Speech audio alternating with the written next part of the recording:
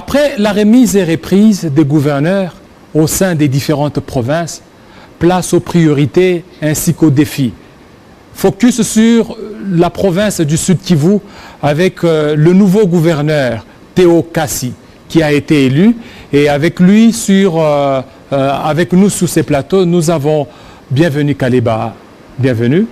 Merci beaucoup, M. David Kilolo. Voilà, vous êtes communicateur du FCC, vous êtes aussi secrétaire général de PRPC Vivant, mais aujourd'hui, vous êtes là pour le compte du nouveau gouverneur Théo Kassi. Pourquoi d'abord avoir soutenu ce candidat? D'ailleurs, je le félicite encore en passant. Notre gouverneur de la province du Sud Kivu, que j'appelle toujours une province stratégique, son Excellence Théo Kassi Ngouabidje, parce qu'il a été élu à une majorité absolue. Après avoir été élu, les chefs de l'État, en tout cas, il a investi par une ordonnance présidentielle. Et au moment où je vous parle, bien entendu, demain, ça sera la remise et reprise entre son équipe et le gouverneur qui assumait l'intérim. Alors, en tant que membre du FCC, étant donné que j'ai été d'ailleurs chargé de la communication du FCC pendant la campagne électorale qui vient de passer pour la province du Sud Kivu, je dois soutenir ce gouverneur qui désormais est à la tête de notre province, et c'est grâce à lui que notre province va bien entendu vivre son développement total. Voilà, le développement total, mais nos téléspectateurs aimeraient bien connaître c'est qui Théo Kassi. Et tout à l'heure, avec la production, on va devoir nous balancer le portrait et puis on y revient tout de suite.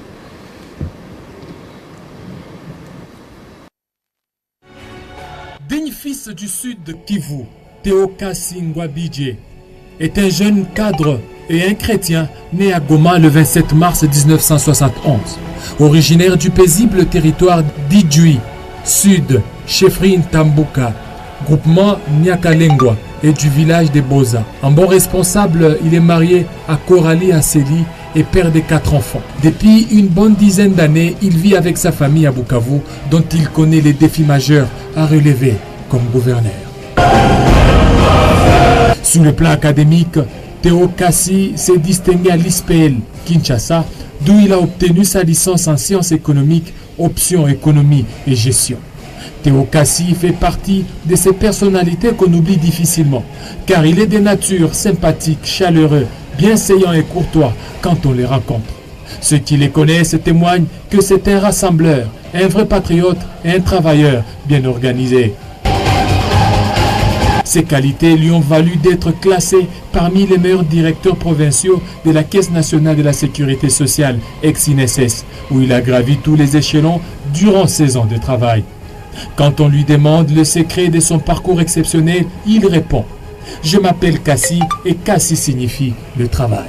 Sans travail, sans projet et sans vision, on ne peut rien obtenir de plus grand. » C'est dans cet esprit de rigueur que Théo Kassi a coordonné et réussi la construction du flamboyant bâtiment qui abrite aujourd'hui les services de la Caisse nationale de la sécurité sociale à Bukavu. Au début de sa carrière, Théo Kassi a eu la chance de travailler à la présidence de la République comme assistant dans la cellule des experts en organisation au cabinet du Conseil spécial du chef de l'État. Ce travail lui a permis de bien connaître les enjeux politiques, économiques et sécuritaires du pays et particulièrement du Sud Kivu. Ses responsabilités lui ont offert l'opportunité de parcourir toute la province, de palper du doigt les réalités, les difficultés et la misère de la population. Son séjour à Kinshasa, dans plusieurs pays africains et européens, lui a permis de se doter d'un carnet d'adresses utile dont la province devrait profiter. Théo Kassi est également spécialiste des médias et de la communication. Il a créé et dirige une chaîne de télévision Hope Channel TV, dont le signal est capté à Goma et à Bukavu, alors que ses salariés l'en félicitent. Ses téléspectateurs se délectent des bonnes émissions et divertissements qu'il diffuse. Théo Kassi est donc un employeur En marge de son séjour habituel, Théo Kassi est très engagé pour la cause des plus démunis. C'est dans ce cadre qu'il a été 2 fois président du Rotary Club de Bukavu, où il a initié plusieurs projets qui ont débouché sur des actions à caractère social et humanitaire, et ce à travers quelques territoires de la province du Sud Kivu. C'est aussi dans ce registre qu'il est membre fondateur de Solidarité entre nous, une ONG qui vient en aide aux enfants orphelins ou vivant avec le VIH et les déplacés internes. Aujourd'hui, gouverneur de la coalition FCC Cash, pour le compte de son parti FDC, Théo Kassi se présente aux députés provinciaux comme un serviteur sérieux, dynamique, responsable et réformateur par des idées novatrices. Son unique ambition dans la gouvernance du Sud Kivu est de réussir à rassembler ses forces vives pour le conduire à de meilleures destinées. Il ambitionne de gouverner autrement la province du Sud Kivu, d'où sa devise, le changement, c'est maintenant par le travail. Voilà, son ambition, c'est de réunir toutes les forces vives. Donc cela montre qu'il y a encore des divisions dans la province du Sud Kivu. Bon, il n'y a pas tellement de divisions, mais vous savez que toute autorité est toujours appelée à être rassembleur. Et son Excellence, Monsieur le Gouverneur Théo Wabidje, est rassembleur de nature. C'est pourquoi, dans le portrait qui vient de passer, vous avez entendu, on a parlé d'un rassembleur. Il aime toujours mettre tout le monde ensemble parce que ça permet quand même à une autorité, à un dirigeant d'une grande province qui a 8 territoires, avec plusieurs tribus, de bien travailler avec tout le monde. Voilà, lui, il est de la FDC, bien sûr, il est de la coalition, et vous, vous êtes secrétaire général du PRPC. Pourquoi ce soutien-là? Parce que vous savez, se cache? Non, vous savez que notre parti PRPC vivant de Maître Aimé Kilolo est un parti signataire de la charte du FCC. Mais lorsque le FCC présente un candidat gouverneur élu majoritairement tel que ça a été pour son cas, il ne peut être soutenu que par tous les membres du FCC. Et c'est normal. Je vous ai informé tout à l'heure que j'ai assumé la fonction de chargé de la communication du FCC pour la province du Sud Kivu. Lorsqu'il y a un gouverneur élu de cette province, qui est aussi ma province d'origine, je dois le soutenir. Et je dois aussi lancer un appel à tous les Kivusiens d'être toujours derrière ce gouverneur qui, désormais, est à la tête de cette province. Déjà, lui, il est de l'AFDC. Nous savons que l'AFDC veut à tout prix avoir la présidence ou la tête d'une institution. Mais avec ce poste-là de gouverneur des provinces, cela pourra quand même atténuer les ardeurs de l'AFDC. Bon, ça, c'est un problème périmètre interne du FCC. Je ne peux pas me permettre de soulever ça ici sur ce plateau parce que c'est un problème, la FDC, de réclamation, bien sûr, il y en a, mais ça va toujours se régler à l'interne du FCC. Et maintenant, voilà, quelles sont les priorités? Les priorités du nouveau gouverneur? Les priorités, il y a d'abord l'aspect infrastructure de base. Et vous savez, si les députés provinciaux ont fait confiance à son Excellence Théo, c'est parce qu'ils savent le parcours qu'il a eu au sein de la Caisse nationale de la sécurité sociale, ex-UNSS. Est-ce qu'avec ça, parce que dans les portraits, on a beaucoup plus parlé, voilà. Qu'il a fait plus de 16 ans au niveau de la Caisse nationale de sécurité sociale. Exactement. Mais est-ce qu'avec ce parcours-là de 16 ans, est-ce que vous croyez qu'il pourra relever toutes les priorités de la province? Parce que c'est vraiment énorme, c'est pas facile. Hein? Non, mais je vous informe qu'avant d'être là, il a travaillé aussi au cabinet du chef de l'État.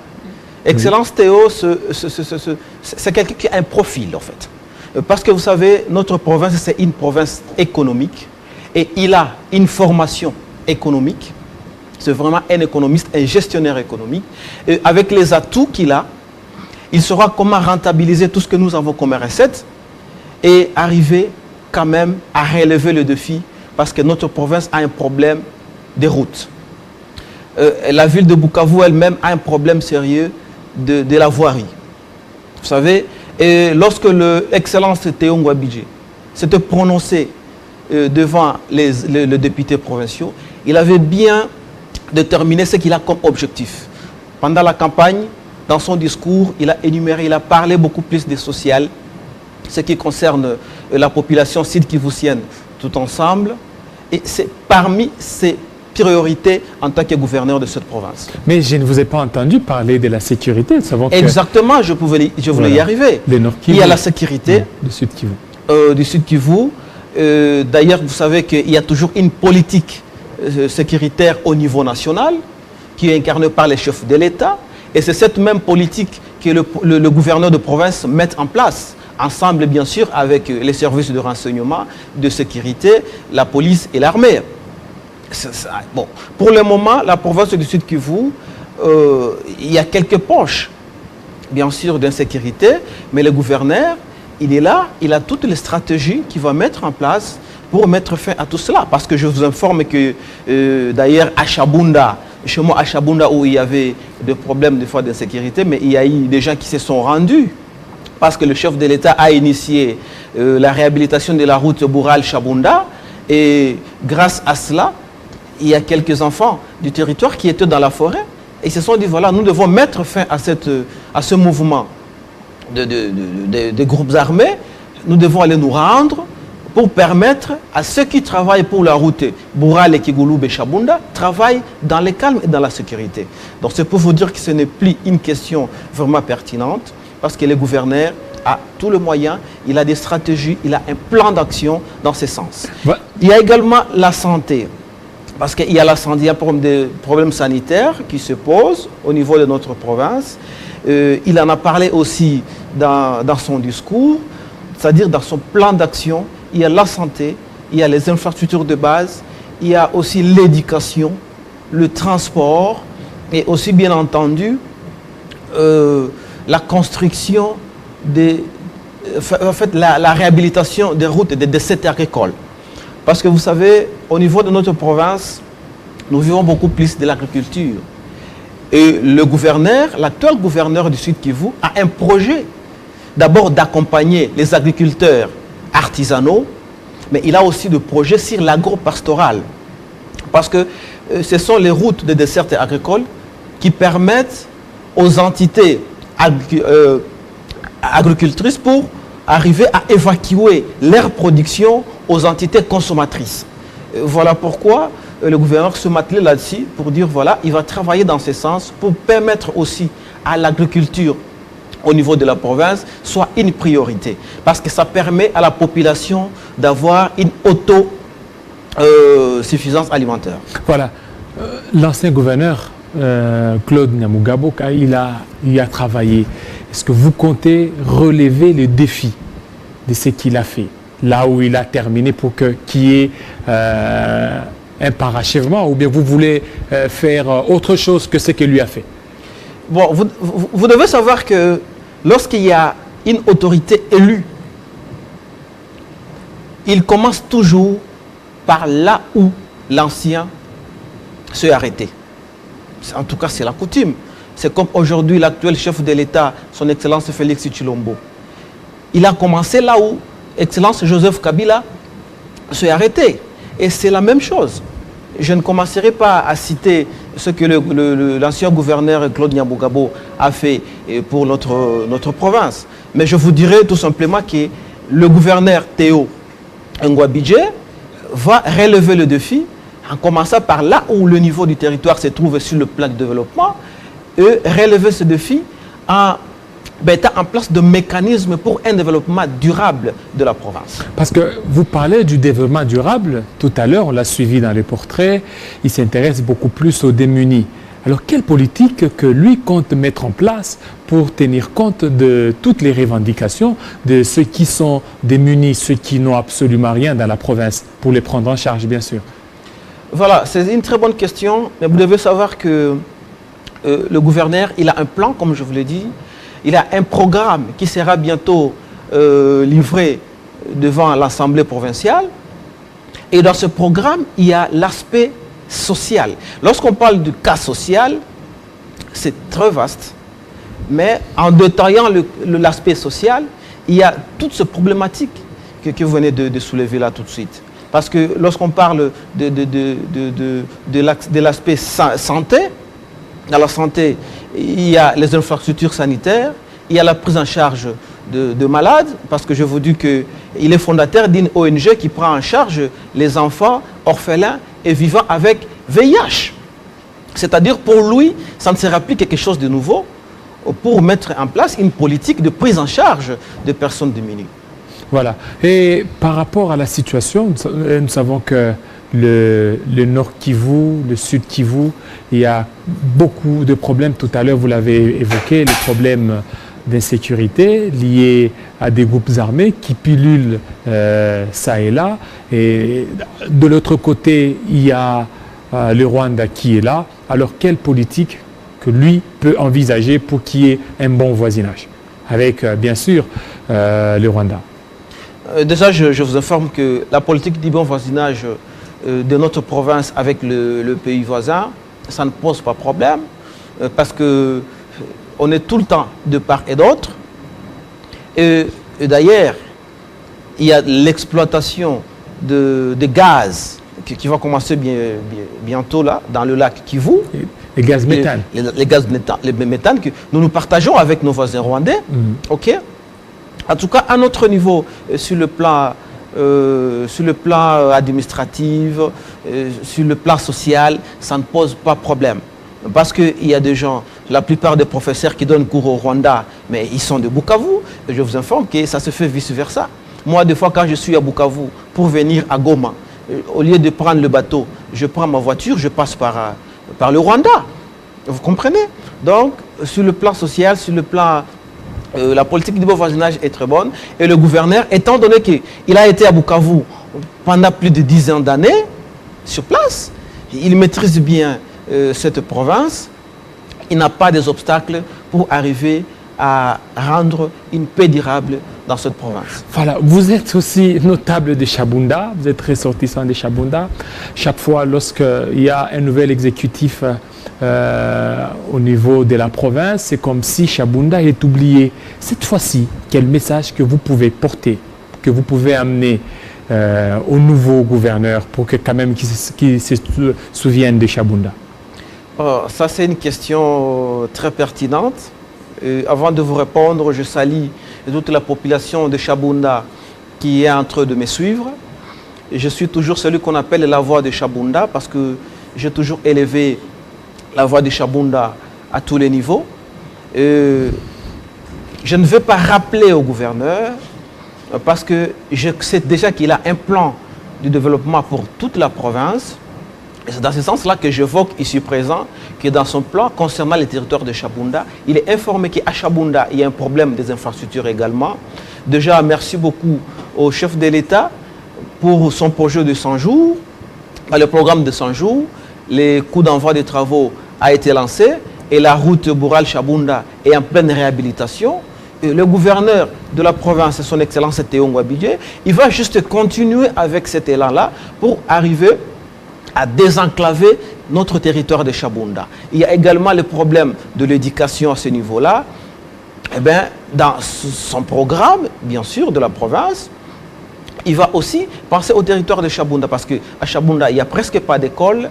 On a un problème sanitaire, les hôpitaux n'ont pas de médicaments, il n'y a pas d'équipement, il y a les infirmiers, les médecins qui ne sont pas payés. Donc à Chabunda, il y a un calvaire.